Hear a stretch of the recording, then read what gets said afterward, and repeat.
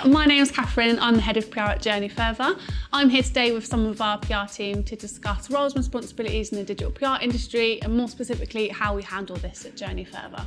So first question, what are your guys' thoughts on job titles specifically in the digital PR industry and the current challenges that we are facing?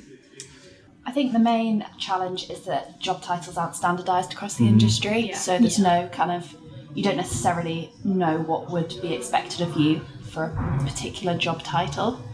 I think there's quite a lot of kind of digging that needs to be done before you can fully understand whether you're suitable for the role you're applying for. I think a lot of, especially people trying to prospect for jobs, maybe it's more important to look at the responsibilities of the role as opposed to actually the job title, because like you say, you've got account managers, strategists, execs, senior execs, overall managers. It's very difficult to then have any consistency across the industry.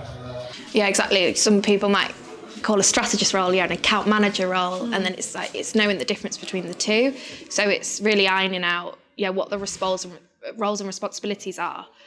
But then also take a PR exec, for example. In some agencies, the execs solely do the outreach, whereas other agencies might just call that an outreach executive or something like that. So it's getting to know what it actually means. Do you think it's looking at the roles and responsibilities, but potentially having a bit of an investigation at like what maybe the current hierarchy is at the potential place that you're looking to go into, like how many of each role do they have, how senior do they seem compared to each other, rather than, because I think a lot of people get put off of like years of experience that it has on job adverts, only because you immediately cut yourself off of that, but in reality you might still have the relevant experience. What do you guys think about that?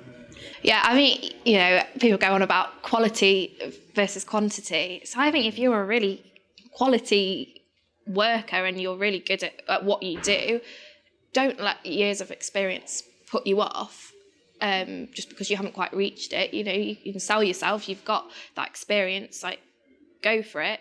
But then on the flip side of that, I'm aware that in other agencies, in other kind of in-house roles as well, it could just be like promotion for the sake of it, and then people are out of their depth. So it's having that balance, and you know yourself if you're good, and then you also know yourself, actually, I could do with some extra support on things. I think the experience question as a whole is it's an interesting one, because you may have been quite really well supported or really sheltered to certain things in a certain role and just cruised for a couple of years. So then that experience might not be as beneficial as really getting stuck into an account and having a lot of, say, client experience for 1 year maybe. So, without sounding cheesy, it's like how much experience within those years as opposed to years of experience. Do you know what I mean? I do think also, because I guess as an industry it's fairly new, it's quite hard to find people that have years and years of dedicated digital PR experience, and that maybe puts people off. Whereas there's so many other industries and roles where you'd gain experience that would be really, really relevant for digital PR and really kind of beneficial to us. So, like those transferable skills. Yeah.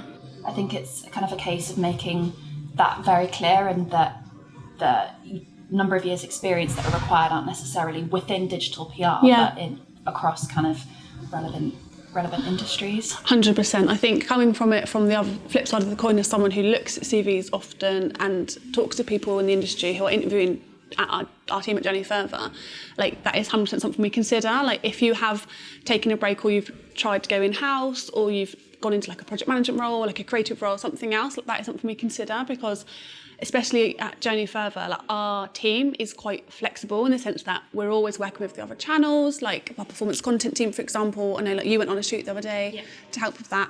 I think we definitely consider experience beyond outreach and purely link building. Definitely. Yeah, and we've got a really diverse background, I think. Obviously some of us come from like campaign building, creative, some people a bit more tactical and traditional, but I think it makes for a well-rounded team, and we're always looking for new people as well. So discussing the fact that our team is quite flexible, and obviously we dip into other channels and we've got lots of background as a team, how do you guys think us as an agency approach digital PR talent and roles and development? I think there's loads of flexibility within the roles, which is great. So if there's, we really adapt roles to suit people's strengths. And there's so much scope to kind of develop a role based on what you're really interested in or passionate about, whether that, within digital PR, that might be content writing, so you might work more closely with the content team, or if you absolutely love creative, there's probably more opportunity to get involved in the bigger creative campaigns, or like if you love data, becoming, I guess, more aligned with the SEO team or data and insights team. There's so much scope to kind of build a role around what you're passionate about and great at. I think it almost comes from the very top as well, like with our values as an agency being open, together and decisive.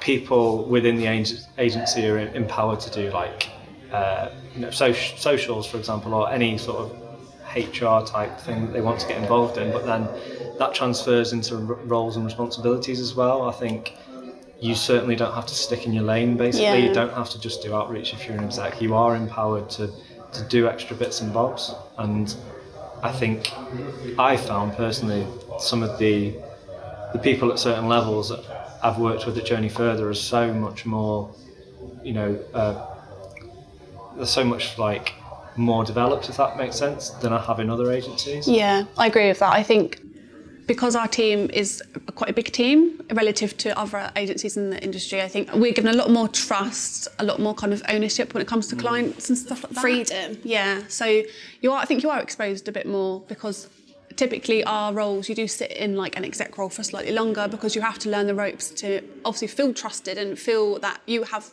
that level of experience to take a client call, to have a face-to-face pitch, to start actually considering the bigger picture of obviously like cross-channel upselling and things like that. And I think that's something that we do really well, is that set people up for their growth, and we set people up to feel confident, and just really like tackle the digital PR, like obviously the stuff that we see happening in the industry in terms of what we're measuring, what the next steps are, what we should be doing for our clients, and what's right to hit their objectives as well. Yeah, it's just giving people the autonomy, isn't it, to do what they want, so it suits them best, because there's nothing worse than just being in a role or being in a job that you just hate, but you think, I've been told to do this, so I need to do this, and I don't feel like I can raise it. And I think what's really good here as well is our objectives are set for the individual rather than it's the same for everyone else. So my objectives are completely different to like your objectives or your objectives. Yeah, we're in the same role, but because I'm quite interested in initiatives, that's when I set up like Wednesday warm-up and stuff. So that's in my objectives now, and that then becomes part of my like responsibilities, whereas it wouldn't necessarily in other places as well. Yeah, I think a good thing to summarise there is that we don't do cookie cutter job roles and description. Everyone is so different, and we really like to build our roles around that. Yeah.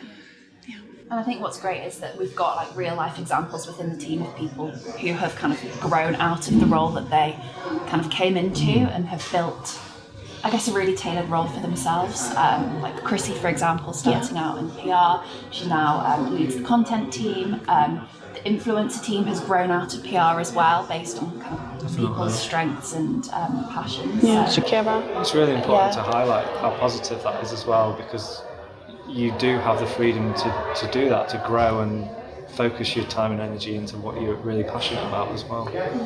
So we talked around some of the key challenges in the industry as a whole, but what changes do we think are needed? I think something that we do really well that would be good to see like reflected in the wider industry is our talent team actually are focused on different areas of the business. So Grace, for example, is like the digital PR talent representative, and she knows a lot about our digital PR product. So when talent do come through and they have those first chats with her, she can answer any immediate questions that she has. And I think that's a really good initiative that we like have a good big strength in. I do think within some agencies, those people that are involved in the initial hiring stages aren't necessarily particularly clued up on digital PR. Because they've got like a quota to fill, haven't they? Yeah, whereas within Journey Further, you'll have kind of people that really know the industry and know what's required of someone involved in the interviewing stages right from the very beginning. And I think that's super important, especially in the industry where job roles aren't standardised, they can be really involved in like answering the questions and what is involved in the day-to-day activity, and give a really honest, overview and like perspective of what is involved in the day-to-day roles, which definitely doesn't happen across all agencies. Yeah, and I think as well, you don't just have to talk to the talent team. Like, you can drop any of us a message and we will tell you how it is honestly. But also it's having that initial chat, because it might be that you don't want to move or you want to find out more about that role, but you can still have that casual chat without it being a formal kind of interview and you're all taking like the nerves away. I know my friend's actually looking to move roles, but she don't really know what she wants to do. So she's had a chat with Grace, just as, again, with that casual chat kind of thing, to see if it's something she might be interested in. So I think it's just taking that approach that we're all going to be looking for jobs, everyone's looking for jobs, so just like be open about it and just have that chat. Yeah, I agree. I think it's more of like not seeing a candidate who comes through as a potential to fill a hole in the team. Yeah. It's more like, is this role best for them? Are they better suited to someone else? Or like another channel? Like, would they actually fit better like in the data and insights team if they were really like SEO-led digital PR? I think that's something that as an industry we could get better at, which is highlighting what are people's strengths, what do they actually enjoy in their role, what do they want to learn in, what do they want to grow in, and as an agency as well, like agency fit, culturally wise, like especially us with like, we're really strong about like our flexible working and our culture and like being involved in lots of our initiatives. I think that's something you need to look at. Yes, like their CV and their skill set and their experience and their portfolio, but actually what's best for them and their career and the move, and actually being a bit of an assistant. Yeah, having like a thoughtful and caring approach to it. Exactly, like your friend, if she is coming to Grace for advice, that's exactly what the rest of the industry should be doing, rather than thinking, we've got this like backlog of clients coming in, we need someone in now. Yeah. This person's got a year experience, blah, blah, blah, let's get them in. I think actually like how they fit within our team, do they have the right level of experience, what training do they need, how can we help them? Yeah. I think there's something we can get better at, definitely. Yeah. I think as an industry we could get better at kind of acknowledging the job role, like standardisation.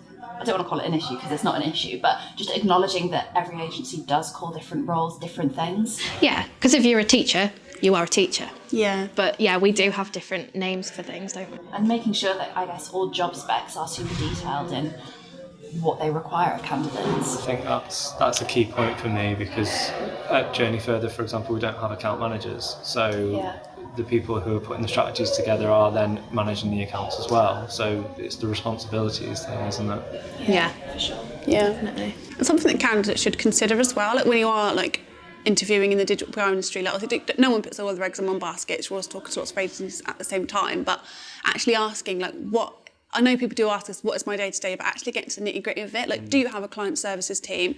Do you have an SEO team? Like, will I be responsible for the reporting? Will I be responsible solely for the ideation? Because also you want to look for a role and an agency that's going to support you. Because, like, yes, our roles are really well-rounded at Journey Further, but we have that support from the other channels. And obviously we're such a big team, we support each other anyway. But we support each other constantly, don't we? We're always talking to each other. We have, like, the outreach catch-up on a Wednesday, so it's just keeping each other in the loop, isn't it? Yeah, definitely. So I think candidates should be looking for agencies that are going to help build them up and support them. Yeah, definitely. Yeah. So how do you know that the agency that you're applying for is what they say they are on paper? Yeah, I think in some agencies, or not just agencies, but other jobs, it's like your probation and you think, oh, great, they've got a bar, they've got this, they've got, like, this is amazing. But then as soon as that 3 months or 6 months hits, then all of a sudden your link targets might be put up, or your client workload is just doubled and it doesn't meet your expectations. And I think that kind of might be an issue in the hiring process. So you need to be just really honest with, this is what you're expected within your probation, and then this is like your 6-month plan, and this would be like your 1-year plan as well, maybe. I think the recruitment process, and a lot of people can tend to forget this sometimes, it's not just for the company to interview you, it's also for you to interview the company. That's such a good point. And I think that then leads on to the probation period. It's the same, it's not just your probation period, it's also the company's, and it's for you to try and gain as much insight as you can, like you were saying, Rach, from all people within the department and different roles, and just trying to understand whether it is the right fit both ways. Yeah, I think you shouldn't be embarrassed about asking those awkward questions, because obviously like, no one, as British people, we don't like to talk about money and things like that. It's just awkward, isn't it? But I think, especially because it's such a big leap in your career, like you leave behind like friends and really good clients and relationships, and I think you need to ask the questions like, is there a bonus scheme? What's the maternity pay like, especially for like people considering having a family in the future? Like having that to help make your decision, regardless of the role and responsibilities, regardless of the salary, and the new commute and things like that. It's actually like, what's good for me and my well-being, and actually like, are they going to change the ballpark like or the goalpost, after probation? But I think, like we mentioned earlier, I think asking people who are currently sitting within the team, potentially even asking the person recruiting you, so the recruitment manager, like, am I able to get some like references to people in the team? Can I like come and do like a shadow day, actually come into the business? We have that at Journey Fair where people come into the business and they like spend a day with us in the office. Like a taster, isn't it? Yeah, it's a bit of like a taster day. Try before you buy. Exactly. But yeah, I think like you should feel empowered as well. I think if you're in an interview process and you don't feel empowered to ask those questions, that is a red flag. Because anyone, like you said, a company is interviewing you, you're interviewing them. You want to make sure it's right. You want to make sure that it's a good decision for you. Because it's your job at the end of the day, isn't it? It's a big part of your life. Yeah. Like those questions, we hopefully it comes across, but we as an agency, we're totally open with that kind of stuff as well. 100%. We don't mind if people ask that. We're quite open with that information. Yeah, like a question we've seen a lot of at the minute is about remote working and like how often should we be in the office, because we do understand like it's a different working environment. People do want more time at home, so we're happy to answer those questions and be really open and honest about it. But yeah, it's something we're seeing a lot of at the moment. And finally, guys, if you could summarise in one sentence why you think people should apply for Journey Further, what would that be? I think if you want to join a PR team that are leaders in the industry, that will empower you through growing in a job role, and if you want to join a workplace where you're going to have a great time amongst amazing people, then you should apply today. That's a big reason. Love it. I would kind of echo what you said, but just honing on the people aspect, like Journey Further is the best place I've ever worked for the team, and that's not just the PR team but the wider team as well. I think we've got such a great culture here, but I also think we've got such a great sense of empowerment, and especially being based in Manchester, I've seen the team grow like over this past year or so, and it's been fantastic to be part of. I think we're a really humble team, which isn't often the case, and we're all each other's cheerleaders, so you can be supported on your way in whatever direction that might be. You might not know what it is, but we can take you there, and we all help each other. So clearly we think Journey Further is a great place to work. I'm happy to answer any other questions that you have. We do have a number of job roles live at the moment, particularly in the digital PR team. So if you want to take a look over on our website or connect to us on LinkedIn, we're more than happy to help you on your digital PR journey.